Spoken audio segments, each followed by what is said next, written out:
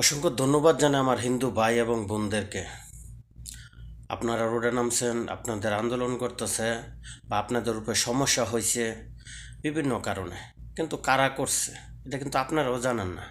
কিন্তু দেশবাসী অনেকে জানে যে এটা কারা করতেছে, আপনাদের উপরে আন্দোলনটা কারা করতেছে এটা অবশ্যই জানেন, আপনারাও জানেন, কম বেশ আপনারা জানেন।